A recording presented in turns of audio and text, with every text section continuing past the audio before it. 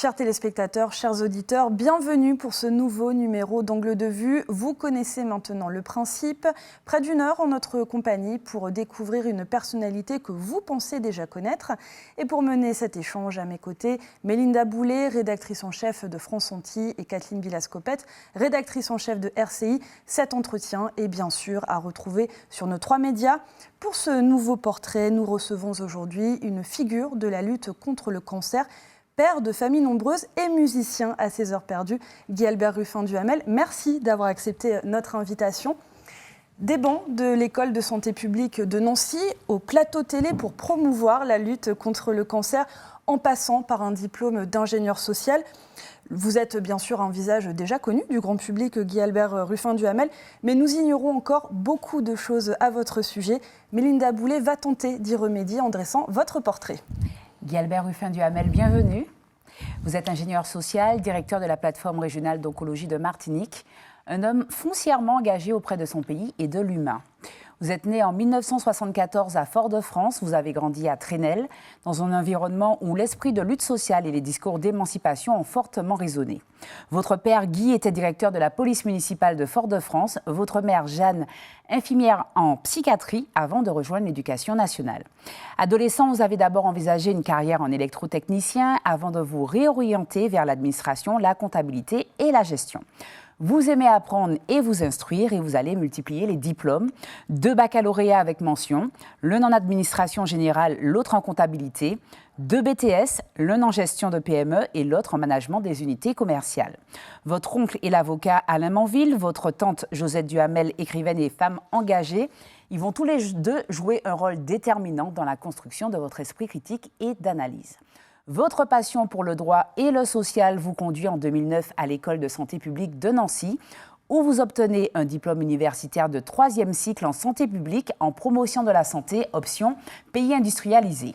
Vous vous lancez ensuite dans un double master comprenant un master européen en économie sociale et un autre en gestion de projets européens d'économie sociale. Vous présentez le diplôme d'État d'ingénieur social et actuellement vous êtes doctorant en santé publique, poursuivant une thèse sur les tensions sociales et identitaires liées au cancer dans les Antilles. Avant d'être directeur de la plateforme régionale d'oncologie, vous avez été directeur des transports sanitaires d'urgence en Martinique et en Guyane. Vous considérez cette mission contre le cancer comme un véritable devoir, un sacerdoce, bien plus qu'un simple engagement professionnel. Vous êtes totalement investi dans cette cause, déterminé à offrir aux patients les meilleures chances de traitement et de guérison.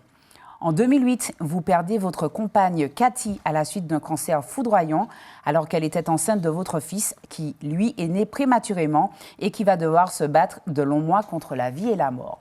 Une épreuve qui vous a profondément touché et qui vous pousse envers et contre tout à sans cesse améliorer la prise en charge des personnes malades. Et c'est dans les couloirs de l'hôpital que vous rencontrez Marlène, votre épouse actuelle, alors que vous êtes coordinateur du réseau de soins palliatifs et qu'elle-même est en train d'accompagner sa mère en fin de vie, victime d'un cancer foudroyant. L'amour va vous unir, elle adopte vos 3 enfants, vous en aurez 2 avec elle. Vous êtes donc à la tête d'une famille de 5 enfants que vous chérissez énormément, une famille qui vous porte, qui vous soutient, ce qui n'est pas toujours évident parce que vous êtes un boulimique de travail, vous ne vous arrêtez jamais. Et ce que l'on sait moins de vous, Guy-Albert, c'est que vous avez été chroniqueur judiciaire pour France Antilles et Justice. Vous avez fondé un magazine sur les transports en 1994. Vous avez joué de la cymbale à l'armée. Vous êtes membre de la réserve citoyenne de la Gendarmerie nationale. Enfin, si le travail reste une de vos grandes passions, vous nourrissez aussi un goût pour le piano classique, la plongée et l'aviation. Vous êtes passionné de culture et de découverte et vous incarnez à bien des égards la force de l'engagement, de l'endurance dans le travail et de l'humanisme. Est-ce que Guy-Albert, ce portrait est fidèle à ce que vous êtes ? Oui, il est un peu, excusez-moi, mais c'est quand même assez complet, mais c'est assez consternant. Je ne m'attendais pas à autant d'investigation de notre part, mais bon, c'est un peu ça, oui. Voilà. Comment s'est passée votre enfance ? On va revenir sur votre vie. Comment s'est passée votre enfance ? Vous avez grandi à Trenel ? Oui, enfin une partie de ma vie. J'ai grandi une partie de ma vie à Trenel, en tout cas jusqu'à l'âge de 8 ans, après on est parti.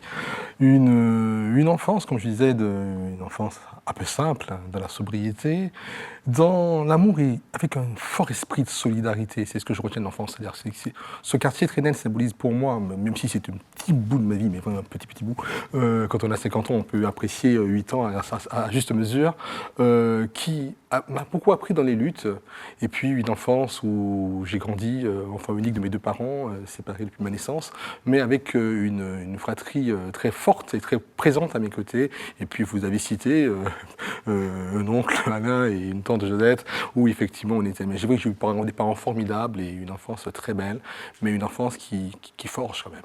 Qu'est-ce qui vous a poussé à vous engager dans le social? Est-ce que vous avez toujours eu cette fibre? C'est ça, en fait. Je pense que le social, c'est soit on l'a, ou on ne l'a pas. Hein. Ça ne s'invente pas, on ne s'improvise pas travailleur social. C'est un emploi vocationnel, je pense. J'ai toujours été, en fait, du côté de la justice. C'est-à-dire que moi, je n'aime pas l'injustice, je n'aime pas la fumisterie non plus.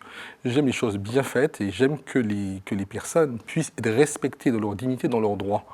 Et je crois que c'est peut-être tout mon combat avec une rigueur que je m'impose, qui est une rigueur qui me donne beaucoup de travail, parce que je crois que je vais parler de boulimie de travail, c'est aussi l'amour du travail bien fait. C'est-à-dire que c'est cette manière que j'ai aussi de dire qu'attention, il faut que ce soit pas parfait, mais il faut qu'on donne le maximum de nous.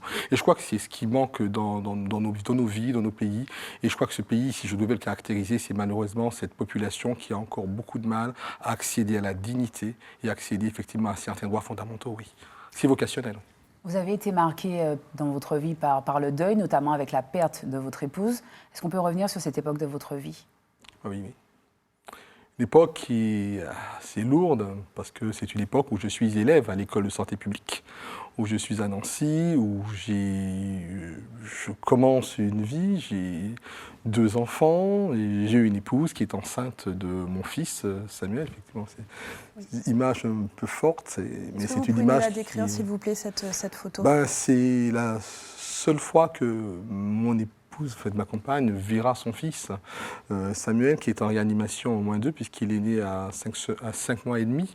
Il a dû être extrait du ventre de sa mère pour essayer une chimiothérapie, puisqu'elle avait un cancer qui était assez avancé, qui est rapide, c'est un cancer foudroyant, c'est ce qu'on appelle un CAPI, c'est-à-dire un carcinome primitif un carcinome métastasique sans primitif connu, qui est un cancer très agressif. Et on a tenté tout ça à Paris, à l'hôpital Antoine Béclair. Et là, effectivement, elle avait demandé à rentrer à Martinique pour pouvoir, bien entendu, y décéder. Mais il fallait qu'elle voie mon fils, qui était lui-même très mal en point, en réanimation. Et c'est la seule photo que nous avons où on a effectivement Cathy et Samuel. Donc je crois qu'elle est dure quand on la voit comme ça, mais elle est porteur d'espoir parce qu'en fait, même si un s'en est allé, malheureusement, ça a été la triste issue de la maladie. Mais effectivement, mon fils s'est battu avec beaucoup de courage, beaucoup de détermination. Et aujourd'hui, non seulement il se porte bien, mais c'est quelqu'un de manifestement qui va encore nous surprendre. Comment avez-vous fait face à cette époque quand vous avez perdu votre épouse aussi brutalement, que vous êtes aussi retrouvé à cette époque, papa, célibataire, à devoir gérer 3 enfants, dont justement un petit prématuré. Qu'est-ce qui vous a aidé à faire face et à vous relever? On parle beaucoup de résilience, c'est un mot qui est un peu fourre-tout. Moi, je n'aime pas trop ces mots qui ne devaient pas dire grand-chose. Je pense que vous trouvez la force en vous-même et beaucoup dans ce que peuvent vous porter les autres. Mais c'est le monde qui s'effondre, car nous ne sommes pas préparés à ça. Ça se passe en 2008. Cathy, juriste, qui s'installe, une jeune femme de 32 ans à l'époque, 33 ans. On est dans des schémas de vie où on se dit, mais voilà, on a encore toute la vie devant nous. C'est pas dans l'ordre des choses, en tout cas. Voilà, c'est pas l'ordre des choses. Moi qui suis à l'école de santé publique, qui suis à Nancy, mais je viens de temps à autre, on avait encore un bébé sous les bras, ma fille Jeanne-Laurence. Donc pour nous étions en fait dans la construction d'une jeunesse et d'une vie qui promettrait beaucoup de choses et un peu, voilà, on a réussi, entre guillemets. Mais souvent, la vie ne joue pas de ses tours, mais ça vous rappelle à l'humilité. Et ça vous permet de prendre conscience que chaque moment compte. Et c'est pour ça que c'est un regret, parce qu'en fait, nous avons vécu ce peu de moments, puisqu'il est parti très prématurément, de manière tellement intense, que les souvenirs, justement, c'est ça la résilience. Ce sont ces souvenirs, ces moments qui aujourd'hui m'apportaient, mais aujourd'hui continuent à nous porter, moi-même et toute ma famille. Je crois que c'est un moment très éprouvant, très très difficile, qu'à un moment, vous demandez si vous rêvez. C'est extrêmement compliqué parce que ça s'est passé en Martinique. On est parti sur l'AP-HP, plus exactement l'hôpital Antoine Béclair, pour donner, c'est là en fait, l'amour d'une mère qui disait bon, je vais m'en aller. On le savait, elle le savait, elle a été totalement pas dans le déni, mais on va quand même profiter parce que là, il y a un excellent plateau technique de réanimation pédiatrique et on sauvera Samuel. Donc voilà un peu cette portée. Et je crois que quand vous voyez tout ça, je crois que ça forge aussi. Il n'y a pas que Trenel qui forge. Puis vous rencontrez Marlène, votre épouse actuelle, dans les couloirs d'un hôpital, qui elle aussi fait face à la maladie, en accompagnant sa mère, qui elle aussi est touchée par un cancer foudroyant en fin de vie. Cet amour qui vous permet de renaître, de continuer votre vie avec ses 3 enfants, et puis 2 autres enfants que vous aurez par la suite avec elle. Marlène, à qui vous devez beaucoup de choses. Votre carrière aussi, pour vous aider, vous épauler. En fait, c'est totalement, quand je rentre quelques mois après, puisque et je reprends mon service et je suis affecté au réseau de soins palliatifs. Et comme quoi, et là j'essaie d'être professionnel. Vous pensez bien que je ne suis pas plus que ça, je ne suis pas association, je gagne ma vie, je fais de la santé publique, j'ai vocation à embrasser une carrière de direction en santé publique et je m'occupe des personnes dans ce service qui était encore, on attendait le déménagement vers Clarac, on était à La Ménard et je dois m'occuper dans le cadre du réseau d'une situation très particulière où on devait faire sortir la maman de celle qui est devenue mon épouse, qui d'ailleurs va être enterrée le jour de sa prise de retraite. Également policier, comme quoi. Donc on se rencontre là, c'est une nosocomiale, je ne sais pas si ça porte quelque chose, mais en tout cas l'infection a été bien, parce qu'en fait on a beaucoup échangé. Moi qui avais une petite expérience de deuil, mais encore très très frais, et elle qui avait déjà connu un double deuil, puisqu'elle avait perdu dans les 3 mois, enfin ça a été quand même une sacrée chose, le cancer est passé par d'abord son oncle, le frère de sa mère, sa tante, qui l'a carrément élevé aussi, sœur de sa mère, et sa mère en 3 mois, c'est 3 membres de la famille qui décèdent de cancer.